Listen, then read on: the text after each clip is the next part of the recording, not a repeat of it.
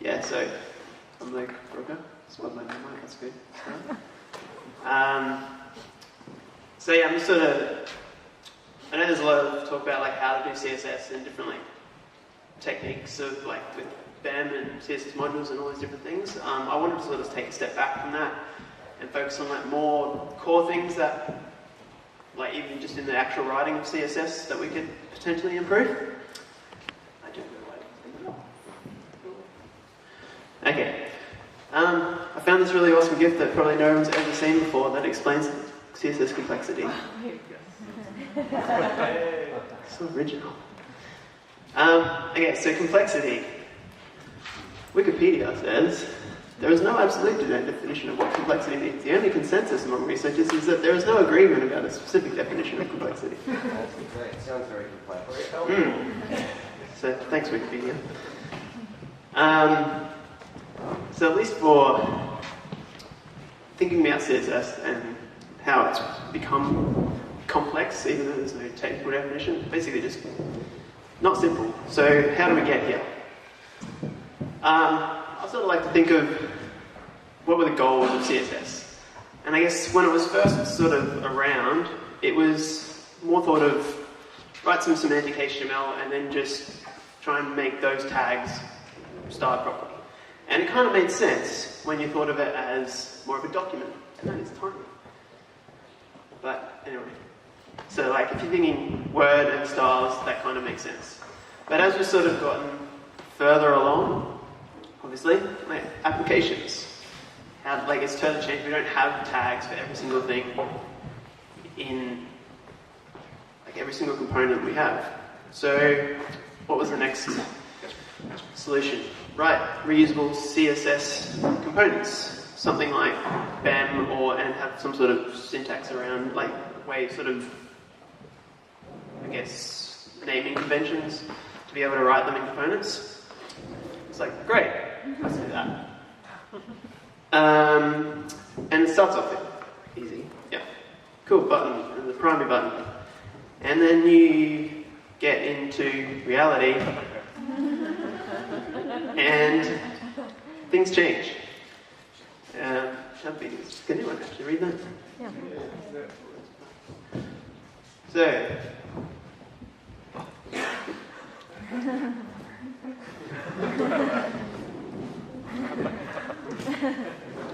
So what is it we can get out of this? So we've created these sort of more verbose components now. So we might have like a dot button. It has all these styles we've chucked in there. And then we try and put it in, jam it into all these different contexts. And because we've added all this stuff, it's not as adaptable. Even though we say like there's these small CSS components, they're not actually that small. And also, it's not just CSS. Oh, great, syntax highlight. Yeah, so you've got usually the HTML is part of the component, not just the CSS, so the structure. And then you've also usually got some interaction, and so JavaScript's involved. And altogether, that's what a component, not just the CSS. So trying to actually create the whole component just with CSS is really hard. And that, I guess that's also why, like the whole web components thing, everyone's using React a lot more. The other thing is usually deadlines. If you're actually trying to get things done, you don't always have the foresight to be able to refactor a whole component to make it work in a certain context. You just sort of jam stuff in to try and make it work in that context.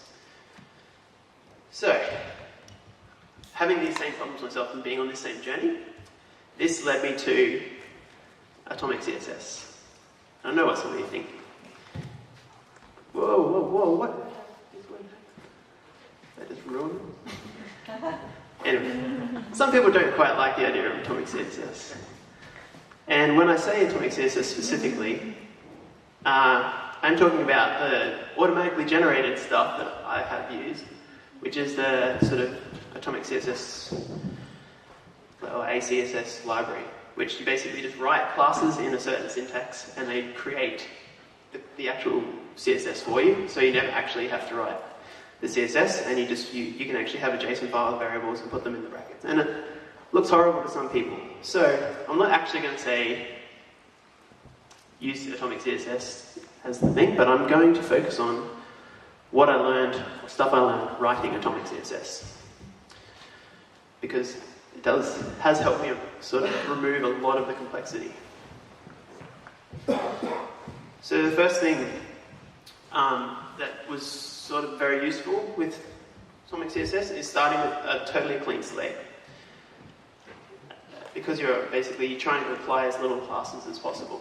So, you know, we've sort of, a lot of people have come around to like normalize from reset, and that's some of your elements what it might look like at the very beginning after normalize.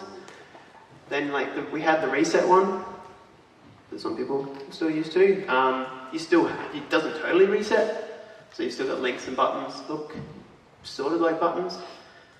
But then what I've sort of favored is actually using reset plus inheriting things, so it's a total reset. Probably potentially controversial for some too, but that allows you to do things like this.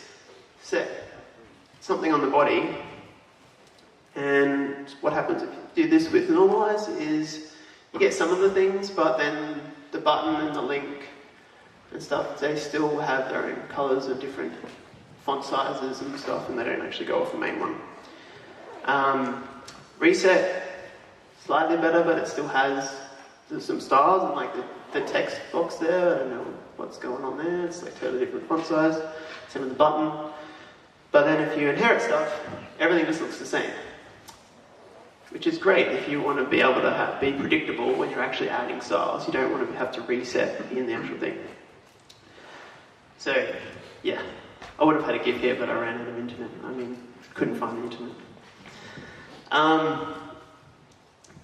I think with semantics, we get sort of held up in styling, say, something to be specific to the semantics of it. It's actually a lot more helpful for semantics, or at least accessibility stuff as well. If you always know you've got a clean slate, if you have something like this, you can actually, if you have a button, and it's a cancel button, if it doesn't have any styling to begin with, you can just think of it like, actually I just want it to look like a link, but it doesn't, it's better if it's a button because it's not actually going to another page, it's just cancelling a modal or something like that. And you're only doing additive styles, you're not doing actually pulling styles away. So then, yeah, there's very basic styling, but then you can actually make a button look like a link with just those two classes only actually have 2 bits of CSS to them. The next thing I sort of did, like we sort of do this with variables, but it sort of becomes even more prevalent on a smaller scale with Atomic CSS. Putting all your design constraints in code. So things like spacing, colors, type, effects, your z-index stuff, naming all those, and having them in one place. But like spacing wise, having some sort of like vertical rhythm or some consistent spacing and basing all your spacing off that, rather than just putting in random bits of spacing. And then all of these in Atomic CSS would end up as classes, or, well, in the case of Atomic CSS, you'd actually just put them in a JSON file and then use the classes with those in them, similar to variables, but it works a bit better. Then you can also have some slightly more utility-based functions that they still only do one thing. It's just like a simple, it's like a single design pattern. And they're reusable. Like you never have to actually, all of these things should be usable without having to override something. You just use them and they always work. So they're semi-immutable. Immutable if you don't use the same 2 different classes in the same context. So avoiding the cascade is also really useful in terms of only, as I said before, only ever doing additive classes rather than, and removing classes that you're not using. So if you have, actually I've got an example there, but cascade and inheritance. I found this little gem in the W3C docs. I'm not sure they really read that properly, or looked at it properly. Maybe I should show them this.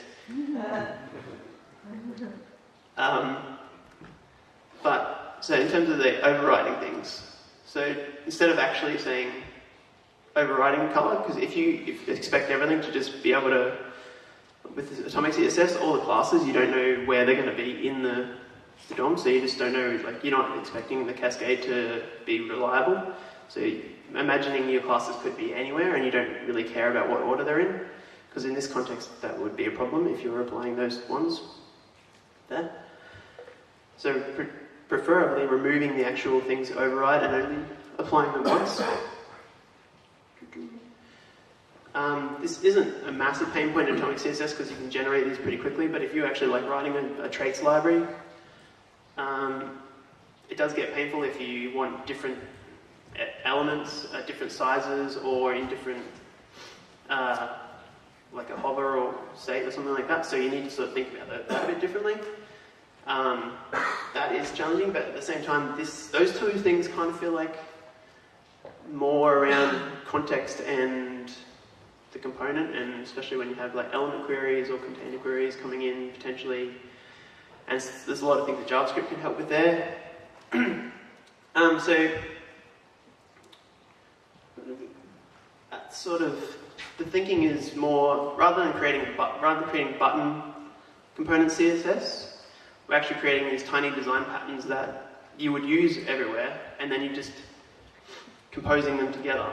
So rather than sort of more imperative stuff is like telling a button you're going to do this, this, this, and this. It's like, I have this type of style, I have this type of style, and then like put them all together. So, yes.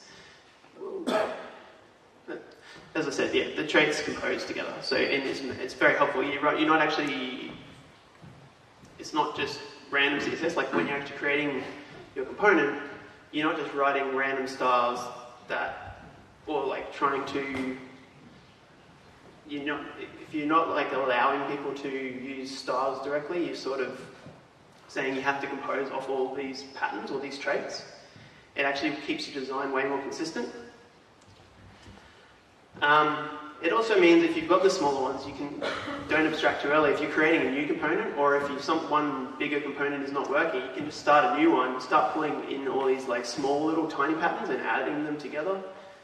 And then if it becomes similar to another one, you can use that other component, or you can create a new component and be like, actually this is too many small little things. I actually want this to make this a component that's more reusable.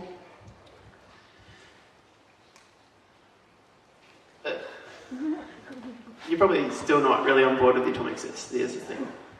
One argument might be, that's a lot of classes. People don't like that, lots of classes. Especially with atomic CSS, it does get quite a lot. So, that's the other thing that it helped with, is by writing, when you have to write a class for every single thing you're doing for something, you really try to stop writing classes, which means you really try to stop putting as many styles as possible on things as you can. You try and minimize as much CSS as you can write.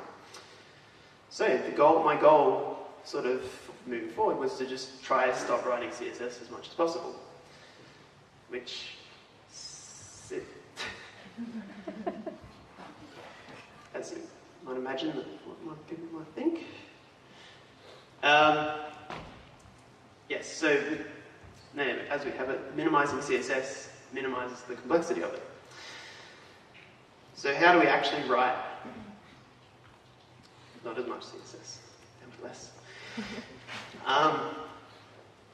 So what we sort of commonly come into a problem with, especially if it's like something that's not quite fitting the equation, is this is what CSS tends to look like.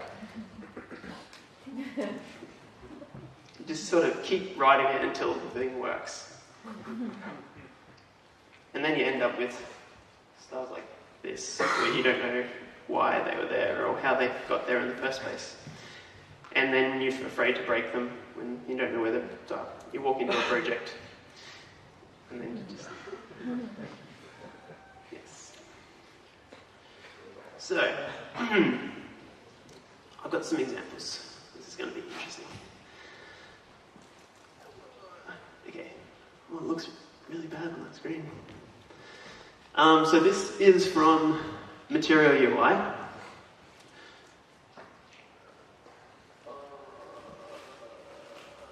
actually have to try and, damn the keyboard, put it in. See if this will work. This is really cool. Yes, it's done. That's awesome. Sorry.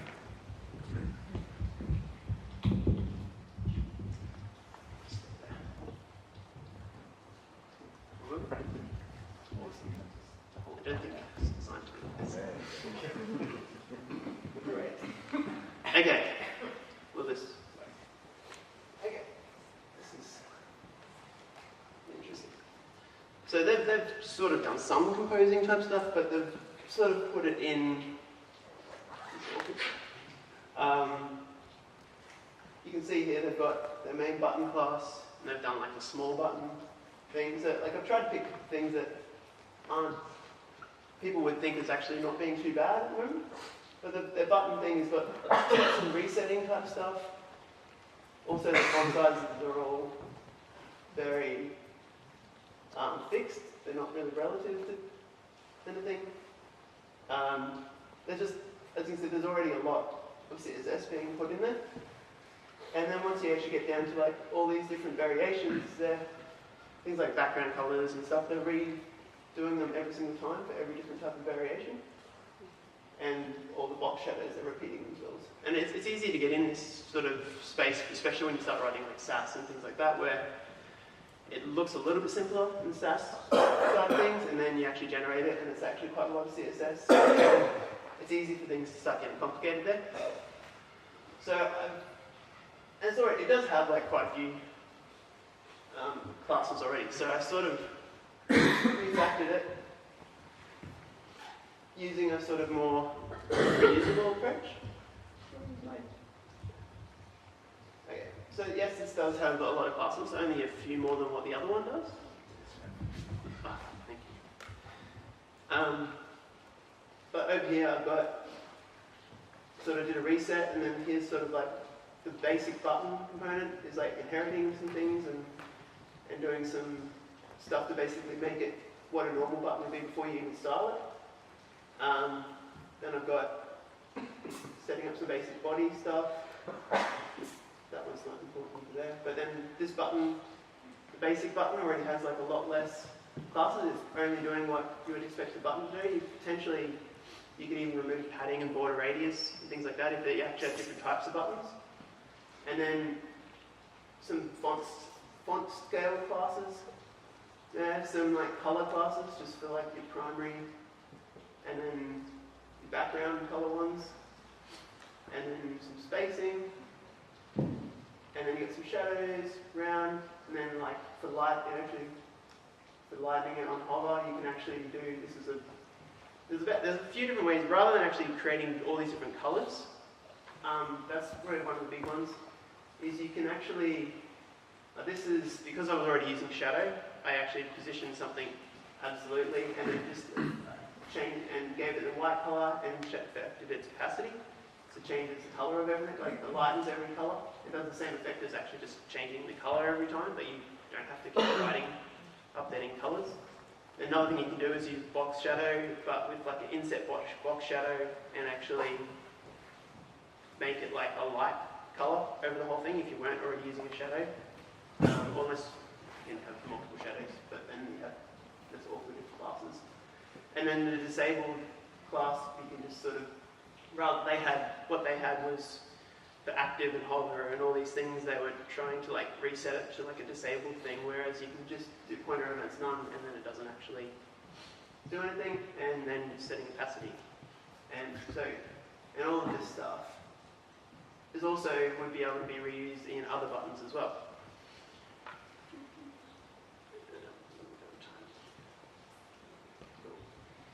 And the next thing I had was a Bootstrap navbar.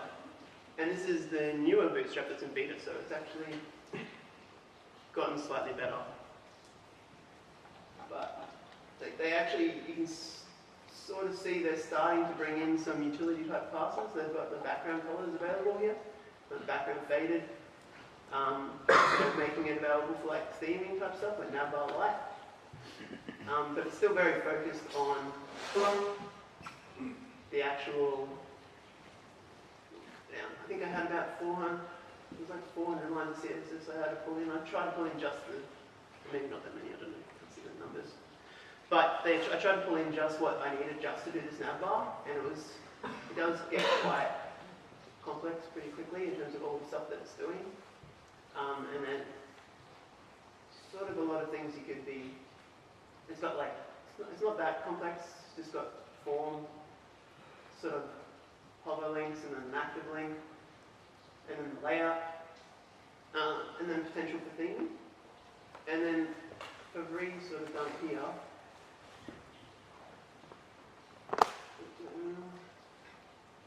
So I've got sort of your on light for the background and then some spacing classes. For the layout, it's using flexbox instead of having to deal with all the ways that they were doing it.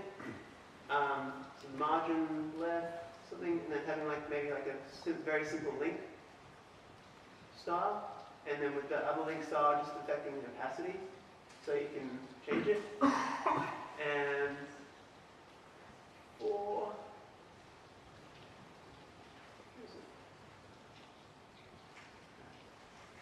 so the button sort of gets a bit more verbose in terms of classes, but you can alter this in other ways in JavaScript and things. But also with all the spacing, you've probably noticed it's a little bit different, but I've based all the spacing off like a common rhythm, and so everything's kind of keeps a bit more consistent about how it's laid out, and everything looks sort of more similar, and it looks like it fits together better. And as I said before, a lot of these things are all reusable across a lot of components as well. So you end up with like lots less CSS. And then the theming wise, when I actually I've done the two components together, but all I had to change to make the whole thing different, well, not on one, so I can't actually change it, but those two things, on dark and on light, on dark and light, they were all I needed to make it go from the lighter version to the darker version, because everything else just inherited stuff, or used current color, or used a bunch of things that were already available. Even this, well, that didn't actually really change there, but in terms of, I can just set the color on that, and then obviously you make sure you just do the border, this current color, which is the default. Yeah, a lot of these things are very simple. It's a lot easier to reuse them. I'll go back to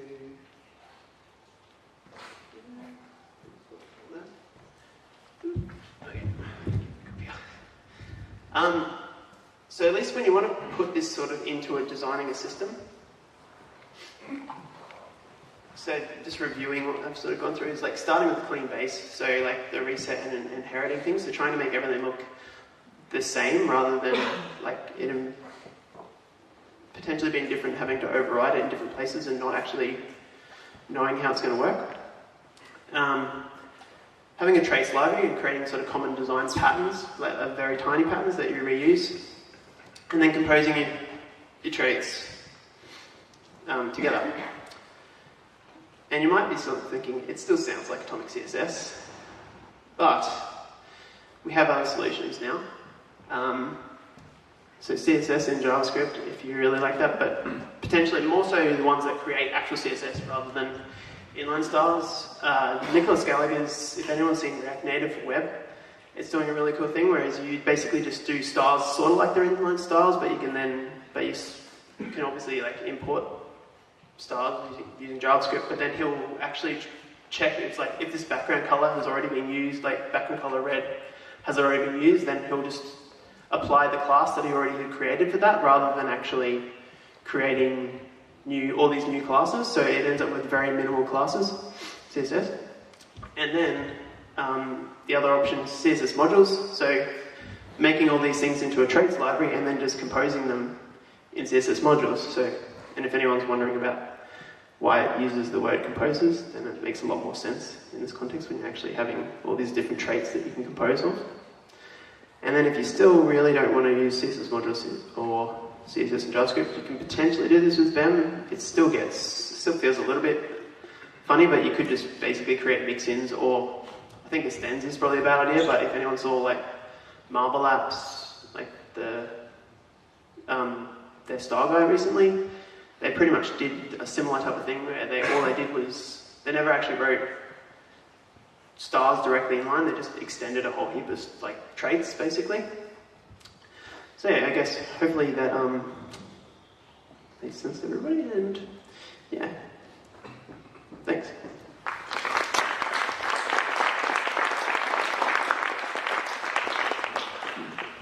I got a couple minutes if anyone has questions. The normalized CSS that you've got that will fully resets everything. Have you got that up on GitHub or anything, or do you use someone else's? No, I don't have it. Well, it's probably in a project up on GitHub, but it's not like anywhere directly. And I think it's sort of makes sense to sort of almost do it yourself initially the first time to sort of see what you have to do, so you can kind of understand what it's doing. But it might be something worth looking into to actually create one. I've generally, up until now, just been resetting and then just looking at having a bunch of styles in there and actually doing them. I'm sort of, yeah, it's probably worth doing to actually get it up there. It depends on like which browsers you check against, right?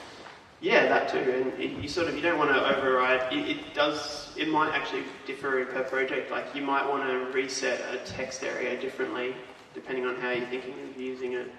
You sort of want it to be based on, you want it to be the most reusable. So, yeah. Yes? Yeah, you mentioned about using atomic CSS makes it easier to remove stuff that you don't need anymore, which is really useful because removing stuff from CSS is really hard to do. Yeah. Do you have any favorite tools for identifying classes that can be removed that aren't being used anyway? I don't think I've actually used any tools for that. Actually, it's more just like, what have I done to replace stuff so far?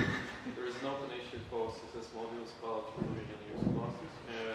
It's not yet solved, so if the PR would be awesome. But usually it's not a big problem because when you do modular CSS, your styles are really, really small, so your CSS files are like 5-6 classes maximum.